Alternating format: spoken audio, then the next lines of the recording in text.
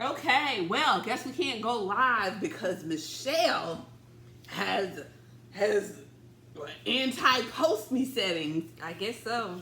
Did you set it up that way? No. That's interesting. But I do have it where people have to. I have to approve any post on my page, but it wasn't like you tried to tag me Mm-hmm. and didn't. I didn't let them know who I was. They just scanned your face and my voice, and Well, it goes on the creepy Black Mirror. yeah, it's totally in line. Well, in any event, welcome to Pray Tell with Eldon Gale weekly podcast where I discuss any and everything. I don't really have any particular topics, but I just like talking. However, I decided to do a 5-part series based off of my new favorite show, one of my favorite shows nowadays, Black Mirror. It's a sci-fi Netflix, well, it's a Netflix sci-fi series that revolves around technology and how I guess it could possibly turn on us, and it just kind of gives you a insight, like it makes you think about technology. So anywho,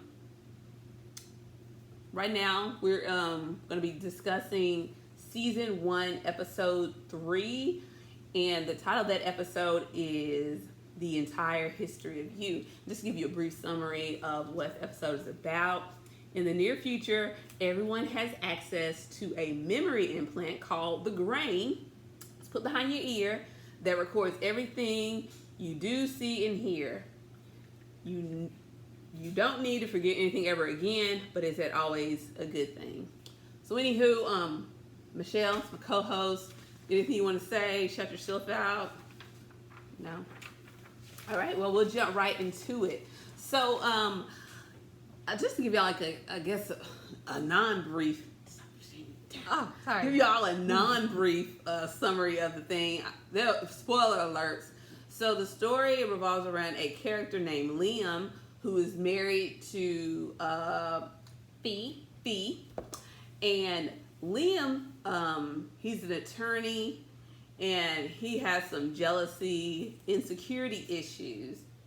So this episode, it just basically shows like how the implant kind of enables his issues with insecurity in regards to thinking that his wife is cheating on him. So this episode, it made me think about this subject that I recently heard about. When I was on Instagram, I saw this post where this dude was talking about retroactive jealousy.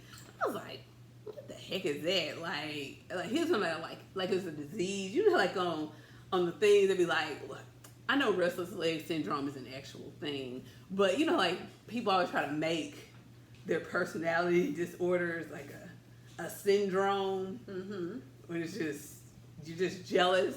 But whatever, I'm gonna give it to him. Whatever. I can't say I don't have it, but in any event, retroactive jealousy is defined as an obsessive and unpleasant thoughts and emotions regarding your partner's past relationships and sexual history. So Liam, the main character, I think he was just a regular jealous because like in one part of the episode, there was a guy named Dan that he was upset about, who just saying that he kept looking at his wife, and that's why they split up the first go around for the 5 days.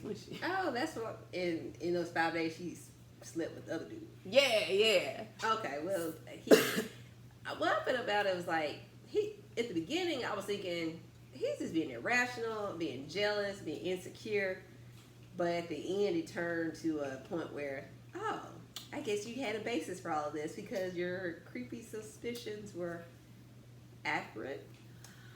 I mean, I get. The thing is, I feel like, you know how they always say people who are jealous, like, if you're dating someone who's always accusing you of something, like, that kind of, if someone doesn't trust you, it kind of like severs the bond between you two because the person's always thinking ill of you. So it's just like the fact that you broke up with me, like she said that he left for 5 days and then contacted her and it's just like, I need some comfort, and I see this person. So it's just like your negative outlook. Basically, it's like a self-fulfilling prophecy of what he did. I don't think, because I really feel like she loved him. It was just like, this dude's so damn annoying. That's how I see it. I see that too. I'm not sure who came first, chicken or egg, or you know. Yeah, but she was cheating, so we don't. But now you think about it, because he was all jealous about Dan boy, and it wasn't even anything. Yeah. And because of his jealousy and his actions on that, it caused her. Not to say people cause people to cheat, but that People do cause. I mean, but I guess you're. that started the process to where he abandoned her for a few days, and in that abandonment, she actually did push herself to cheat on him. That later we found out. So I want to talk a little bit more about retroactive jealousy, just so y'all know what it is. So there's a website, it's called retroactivejealousy.com, and it's some dude trying to sell an ebook about retroactive jealousy and how you can get over it. It seems very scammy to me, but it's hustle time, so get it how you live. So the first one they call it is moderate retroactive jealousy, and basically it's like, nobody who's normal, I believe, is ecstatic or happy or has a positive feeling about their significant other having past relationships. Like, not, you know what I'm saying? You get what I mean? It's not like you're not like, it's like it slightly, well, bothers you. Maybe I'm showing my. Well, I think normally, like, everyone knows somebody has a past. Yeah. So, but of course, it depends what's in that past. Like, if it's like somebody that their ex is somebody that you work with, or a neighbor, or who's a best friend, or who keeps coming around, then now it's no longer in the past. It's like, I'm seeing this person. And yeah, well, that's not considered retroactive jealousy. This is like just like the person's not even involved. It's just like if you're dating someone and they dated someone in the past, it doesn't like super bother you to where but it's just like you'd probably rather you kind of want to, I don't know. You would probably want to be someone's first and last love. That's not possible. I mean, it's possible in some cases. I almost wouldn't want to be somebody's first, last, and only, because do tell us, y'all. Well, I feel that in order, people I found who tend to be with their high school sweetheart and all that stuff, either they have a I don't know, I just feel like having a history in the past and having that, going back from the dating other people, is like you improve yourself, you see flaws in yourself, you correct yourself, you self-correct. But if you're only with one person, then sometimes you're like, is the grass green on the other side, and then you don't really appreciate the person that you're with because you didn't have anybody else. You can't really appreciate the one you're with because you're like, I wonder what it'd been like with that guy or this girl. You saw that movie, Tyler Perry movie. Girl, Tyler Perry don't. I don't know. I think. Someone. You know the one I'm talking about? Everything who's so dramatic. Girl, all of them. Wait, well, the one with the she's the one with the Ninja Turtle. Yes, that one where she was in love. Together forever. Yeah, they're each other's first since like high school, back at that their old hometown, and then she found her real one, and she didn't know how to act. But sometimes when you have, I guess too much information and options can make you discontented. But I don't know. I like the idea of like I don't know, being content, like, because there's a lot of heartbreak involved with having all like. I mean, I've learned a lot from my experiences, but it's not something I would probably rather have buckled down and just had that one and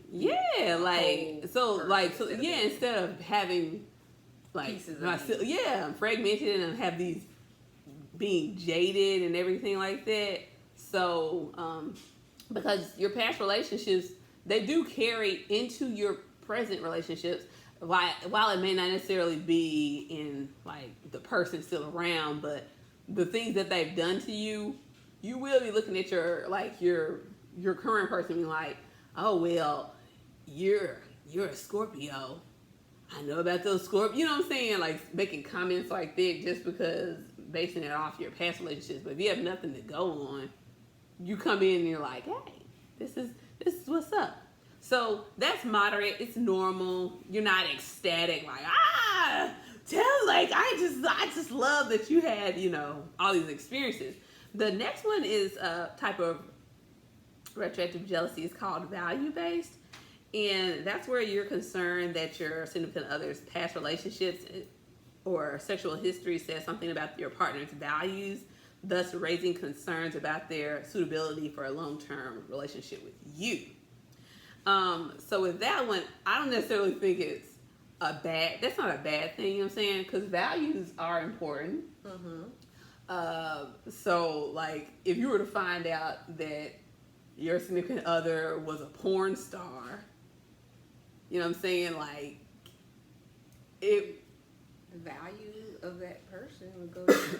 No, I'm not saying that their value goes down. I'm saying it just shows, like, if your values, like, in your future, you don't want...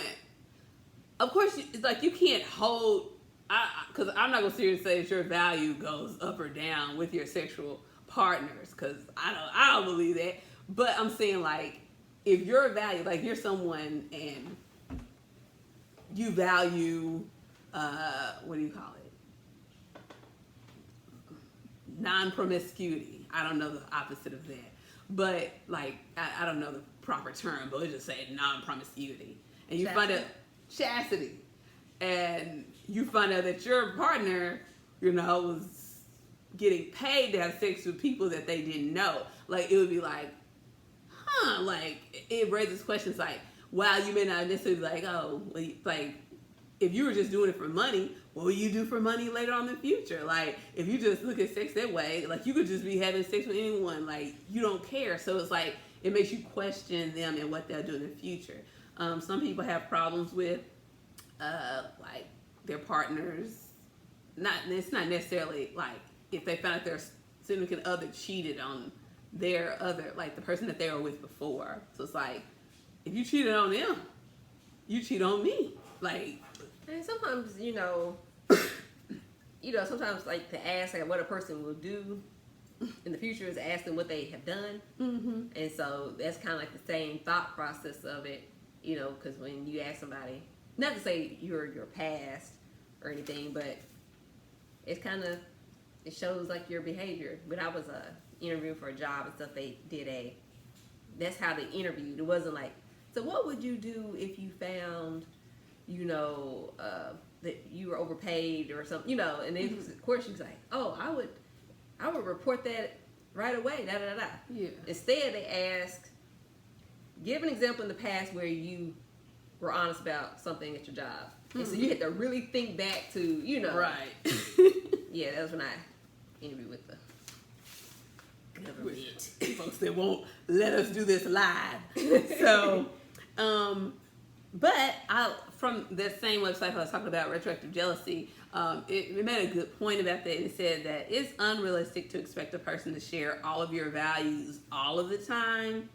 And it's equally unrealistic of you to expect a person to live up to their values all the time. We all make mistakes.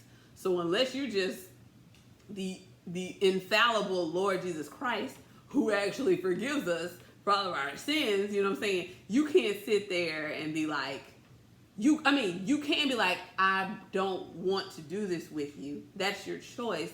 However, if you decide to stay with that person, you constantly bringing that up, that's like, yes, your value-based retroactive jealousy showing. Like, if you have a problem with it, let them go, move on, but don't keep bringing up, I saw you on Pornhub the other day, my friends, you know what I'm saying? If you can't deal with it, you just break up the person and don't do that to them. And then the last type is called, I guess this is the one I consider Okay. the actual factual retroactive jealousy, and it's obsessive compulsive retroactive jealousy, and that's where you're constantly and obsessively making up mental movies in your head featuring your partner with someone from their past, and then you keep you're like combing through their social media posts, looking and analyzing, and then sometimes people have mini panic attacks, or they get into depressive states from thinking about their partner's past. And it's like their partner's past is not even in the present. It's just the fact that they know they had someone else. So according to the website, I was saying that's like, it's about like your obsessive compulsive, like you have a obsessive compulsive disorder.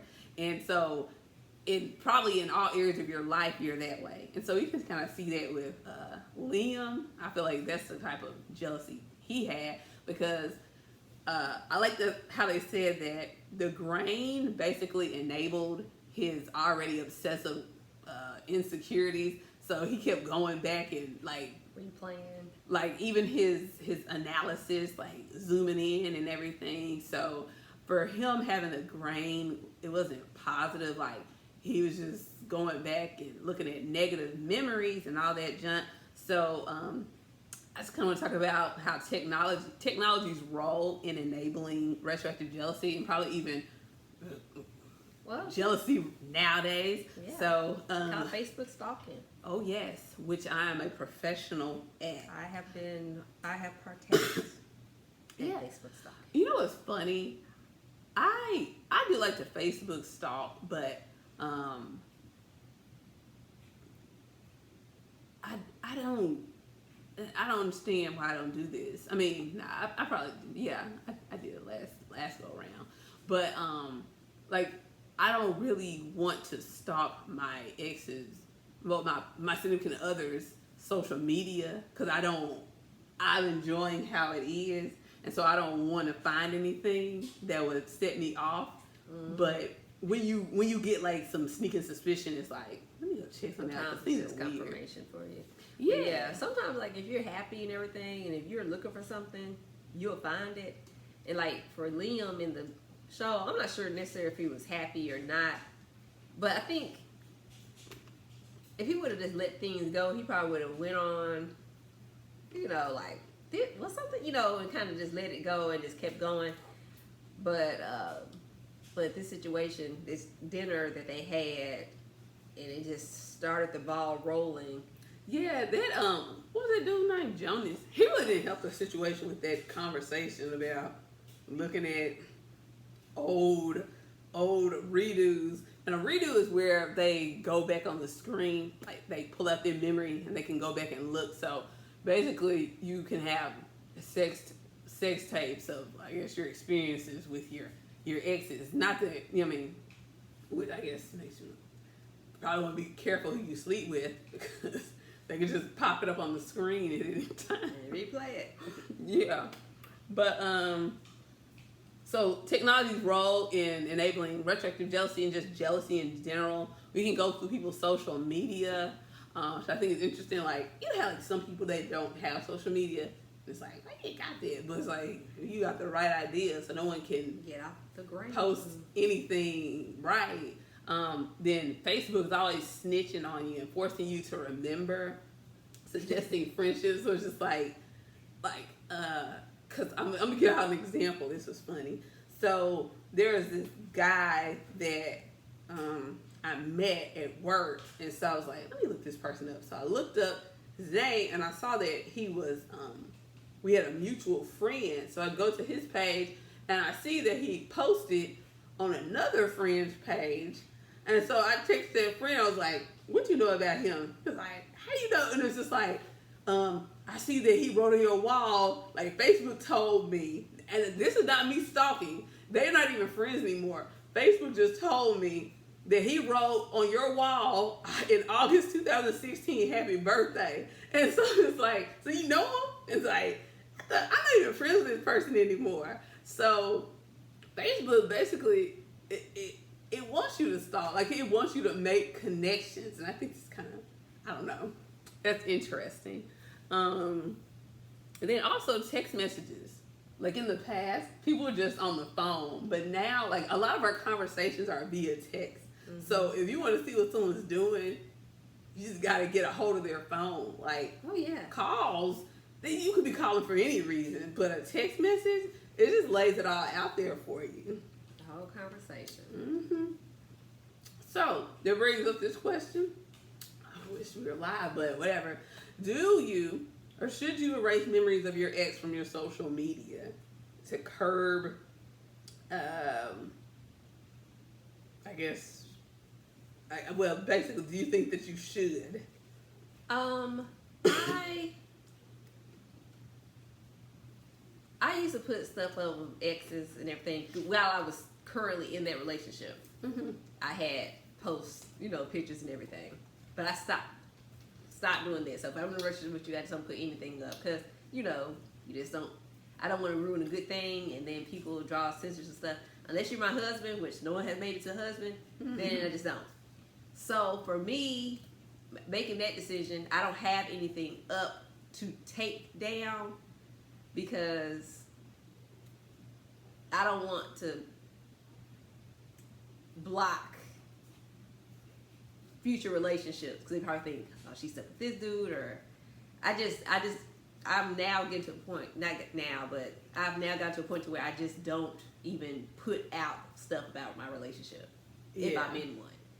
Yeah, I agree because, like my last relationship, I mean, of course I mentioned him, but it's like I didn't put up many pictures. Like if I did, it was in stories, and it's just because this was like my longest relationship. But I just know that for me, most of my relationships end at like around 3 to 4 months. So it's just like I don't want to, cause you know what I'm saying? Because then people want to know. Because I know when I see people in relationships, like I be stalking everybody on Facebook. I don't even know you, but if you look interesting, it's like I'm following you. It's like my reality TV. So I don't necessarily want to be a part of someone else's reality TV unless I'm doing the scripting. So it's just things that people give them something to talk about. So another question is like, do you think you should delete friendships with your exes after a breakup?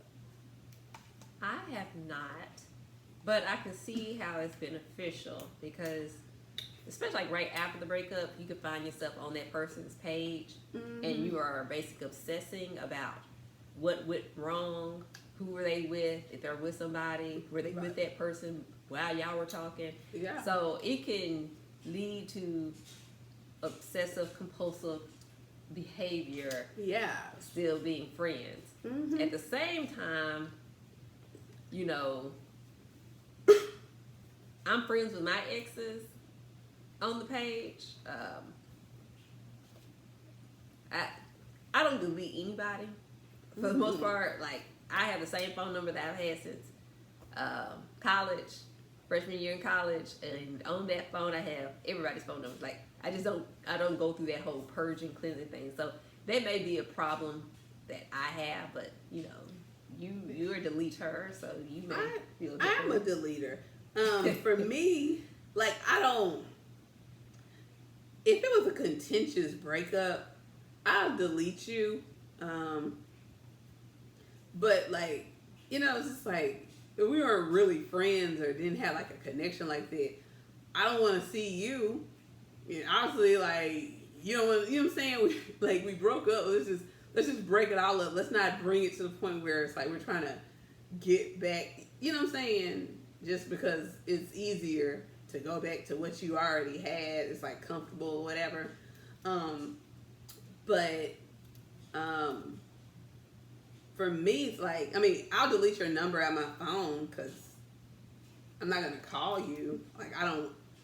But yeah, so I think it makes it better so you're not constant. But like overall, it's really just about like my own sanity. I don't want to be watching you and reminiscing. Like I have to move forward with my life.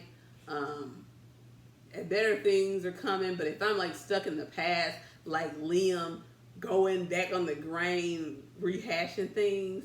Like I can't move forward and be happy with what what good things are going on because I'm focusing on the past. So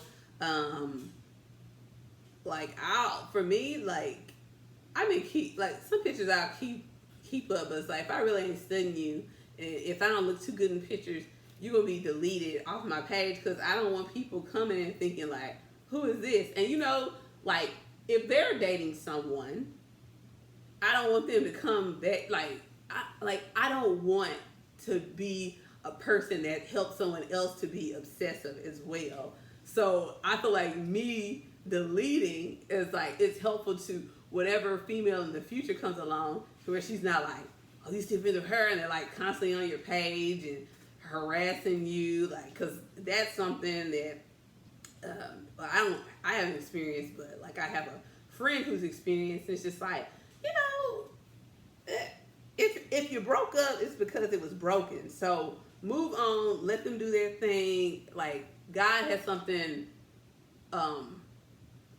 more suitable for you that you can only get by moving forward and not looking back. Don't turn into a pillar of salt. Amen. And also, when I was saying in the past, when I did put pictures up, I have not deleted those pictures. They have been hidden. They are private where only I can see them because I don't delete anything. So other people I was can't thinking see. about that because like if someone gets married, like I wouldn't want it to be where I'm like, there's pictures of me with your husband back. You know what I'm saying? Well, you know, hopefully that person will like untag themselves and all that stuff. But because I don't throw things away.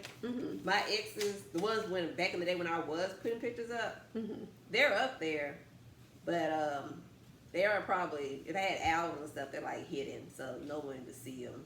I don't, and trust me, I don't go back and look myself, but it's just, you never know. I may want them one day or something. Yeah, I mean, we do, like, you want to go back and have your own memories, and Facebook is just convenient. That's probably. The only reason I keep Facebook really is because it is a free photo album storage, but I hate Facebook with all of my heart. I really do. I always be hating stuff. And I'll be like, Michelle, because it makes you so obsessive. It's just like no one has any original content. It's just like memes reposted over and over. Remember back in the day when folks used to say things. Now it's just like, I'm so sick of you, Facebook. Let me just put my pictures up here and create content, original content.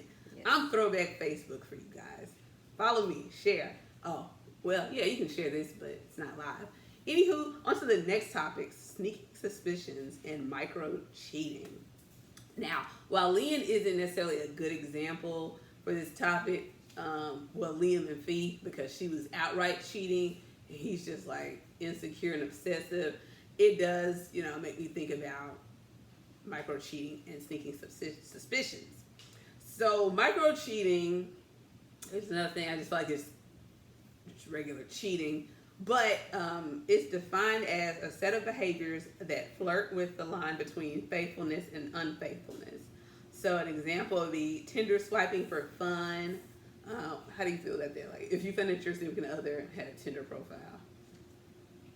Is that considered cheating? Like they're just swiping, but they're not meeting those people. But someone tells you. My thing is like, why are you even on this page? Like, that's another thing I can't stand. People who are, if you're involved, you can't do single stuff. That's a single person's game. Yeah. Single people are on Tinder. Single people are on dating websites. You're not a single person. You got somebody. So you think that you should, once you get in a relationship, delete your accounts? If you don't want to just outright delete your account, maybe you get a subscription or maybe it's just too much trouble, but you shouldn't be actively on that joint. Yeah, like actively meaning swiping. Swiping for what? So you want to have one person who's going to swipe back at you or something, however it works, and what you going to meet up? It's the beginning of just, right. It's best to avoid temptation than to resist temptation. Amen. And I just feel like cheating to me is anything that you wouldn't do in front of or would tell your partner. Right. And so if you would swipe in front of them, then that's cheating. Right. People want. I agree. Like, it's not really cheating. Like, the whole Would you do term it in front micro of me? cheating is, but I'm just using the terms that everybody wants to, because micro cheating, something like microaggressions. Like, is it really cheating? But I think it is. Flirting with strangers.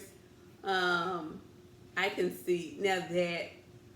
I think we all. Sometimes you got to throw a little flirty in to get what you want. Mm-hmm. But, so then we have frequent text or social media contact with possible flames, well, possible people you could be possibly, and growing too friendly with a preferred gender coworker. So, I don't want to say the opposite sex, because if you're gay, it wouldn't matter. But yeah, so with that, here was an interesting quote regarding flirting, and I want to know if you agree or disagree. So Jason Dibble, who's an associate professor at Hope College, said that flirting is, overall harmless in most cases. It's more about getting a quick ego boost or dopamine hit than it's about being truly interested in the other person. You agree or disagree? Wait, say it again. Flirting is harmless. In most cases, it's more about getting a quick ego boost or dopamine hit than it's about being truly interested in the person that you're flirting with. I can see that. In some cases, some people are flirting not to be harmless.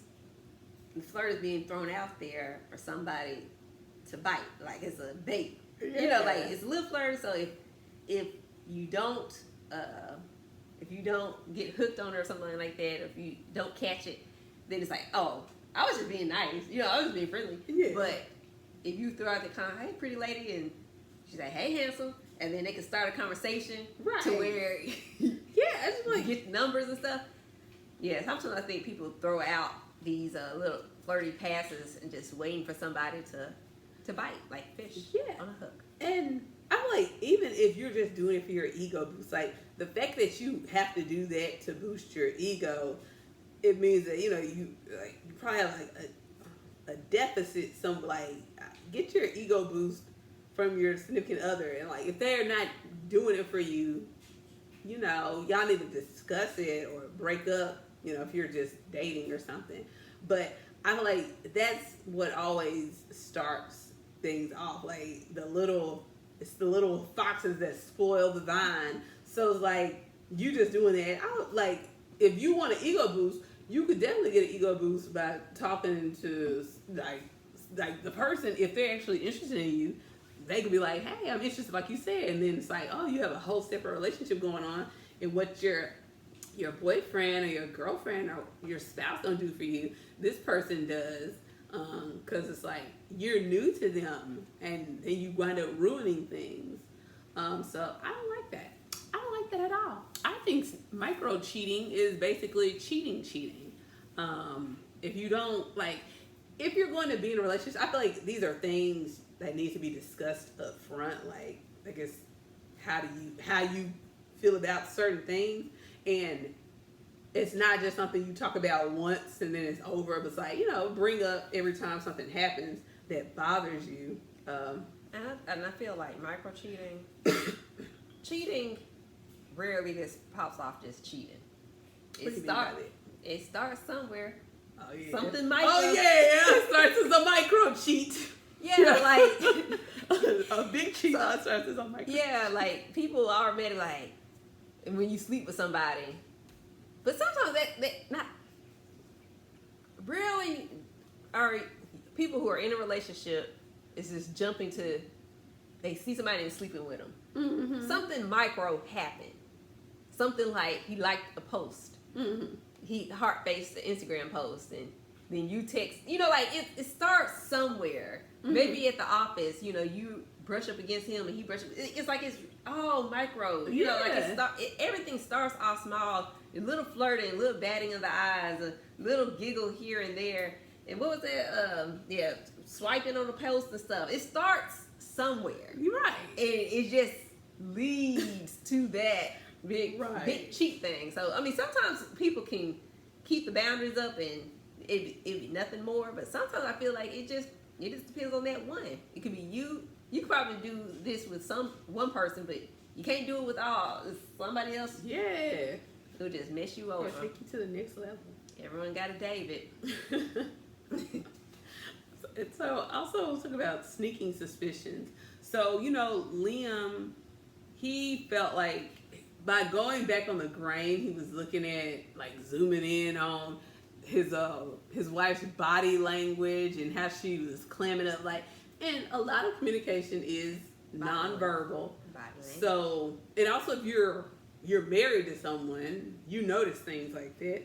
So, I just wonder, like, what, like, because a lot of times, like, we notice things in our significant others, and it's like, I can't bring that up because then I sound like I'm paranoid, but we do notice. So it's just like, how do you tell someone without telling them, like, this is something that's about, like, I feel like something is off. Well, you can think about that. I would talk about go ahead. No, go ahead. What Jared Freed was saying about how build a case for your mind. You're building a case for your mind for, you're building a case for yourself for the jury of your own mind. And so it's like, it's not something that you need to get the other person to admit to, but it's like, if you feel this way, it's like, those little things, they're not probably, like, you probably already had a suspicion before, and it's like, you're just noticing things to confirm your suspicions. But, I mean, if you're a paranoid person, like, how do you even know that you're even being valid with your suspicions? Well, if you're already a suspicious person, I feel like you may read into things, so that to you could be your validation. Yeah. And maybe there's no truth in it, but it's like, I don't know, because I just feel like people like conspiracy theorists and stuff, like, they can see anything and connections and any and everything. So confirmation bias. Yeah, so it could be that, and once you get a hold of something, it's like, oh, that's what it is. It got to be that. Mm-hmm. But yeah, I don't know. Yeah. Well, what's it saying? Well, let's talk about the last one. I want to talk about, like, present day equivalents to the grain, which was that implant. And so I feel like, I guess talking about social media surveillance.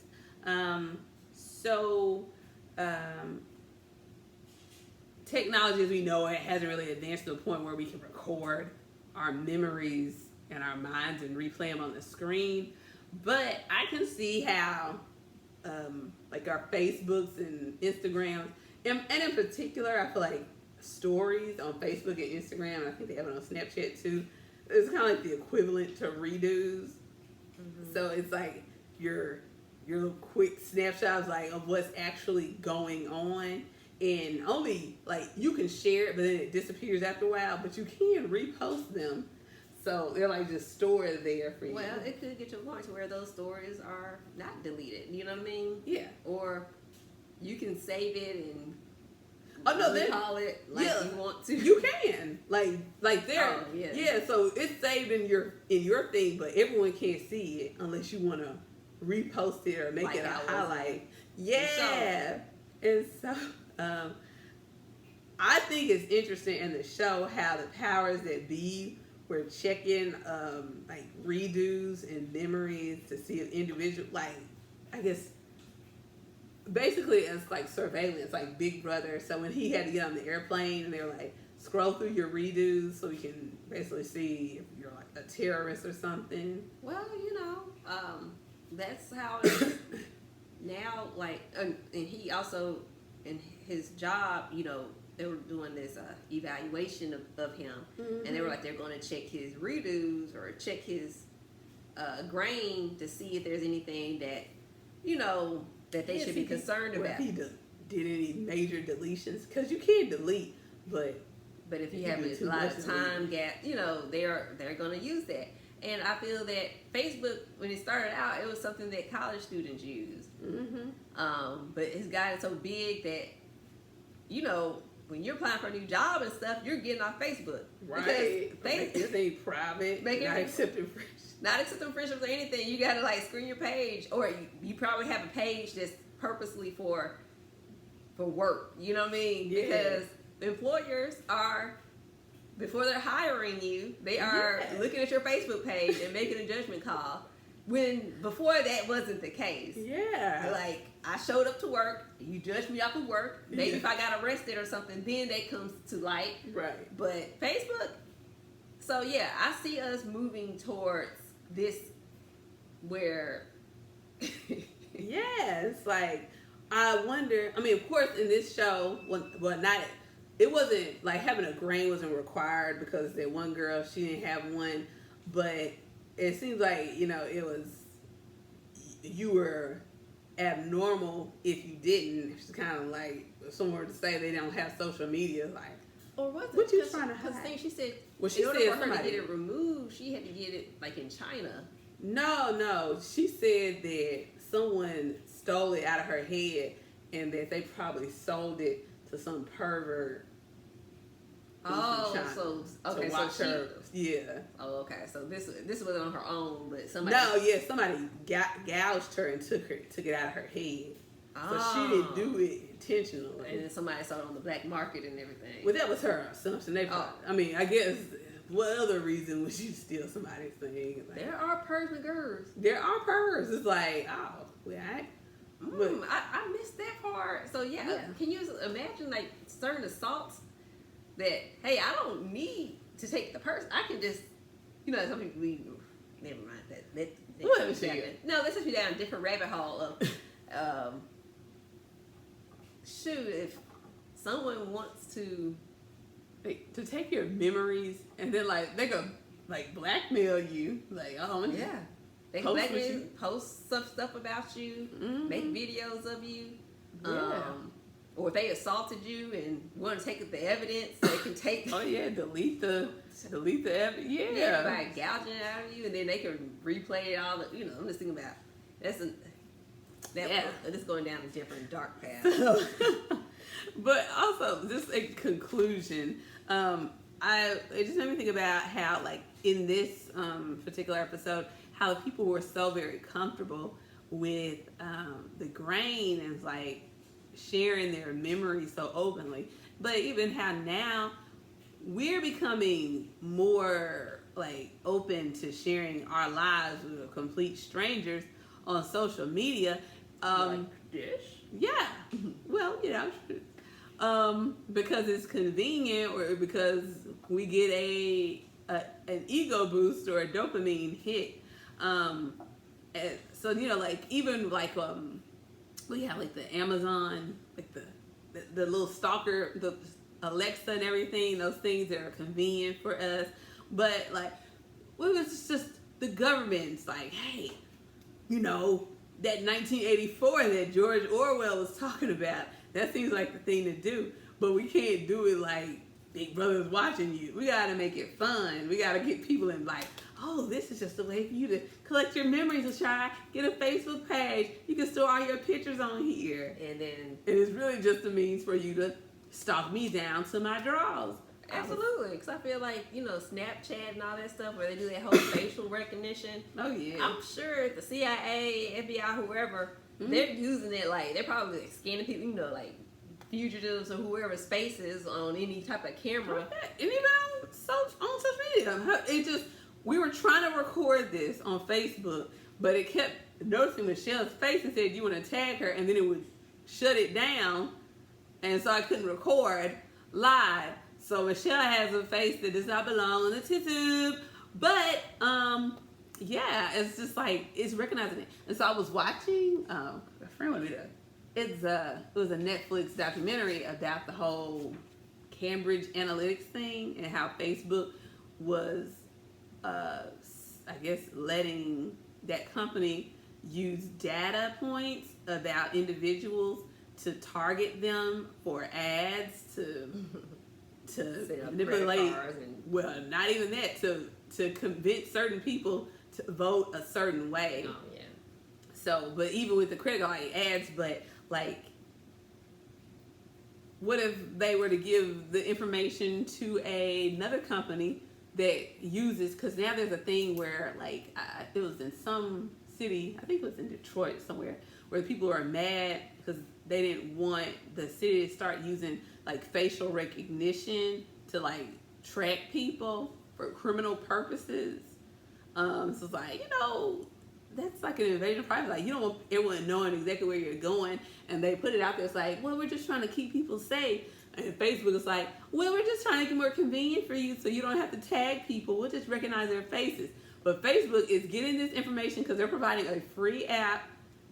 And it's like, oh yeah, sure, it's Facebook, it's fun. But now we see Facebook kind of on the shady boots. Yeah. So- And apparently that host, the people were doing that showing you Yeah. old. Oh showing yeah, the old version of you. FaceApp. And when people were like, you take a picture of yourself and it shows you how you look if you're older. Uh-huh. And it was like, that's something that the Russians own, that technology. Yeah, and the Russians, they be on it because they ain't got nothing going on in Russia It's cold but the Siberian tiger in the snow. So they ain't got nothing but time to be getting the girls together to scam them and bring back the USSR. So, in any event, that was a recap of the entire history of youth. Thank you for joining, Michelle. Absolutely. It's an absolute pleasure. Join us in 7 more days, and we'll be discussing another episode. Well, Michelle may not be there, but we'll be discussing an episode from season 2 of Black Mirror. I don't know which one yet. I got time to decide. But in any event, thank you. Please we don't have to share it. Tune in next week. Comment. Give me your opinions, feedback. Send me a message. And I'm out here. Yeah. It's going to take me a while to get up here, but can you sing it?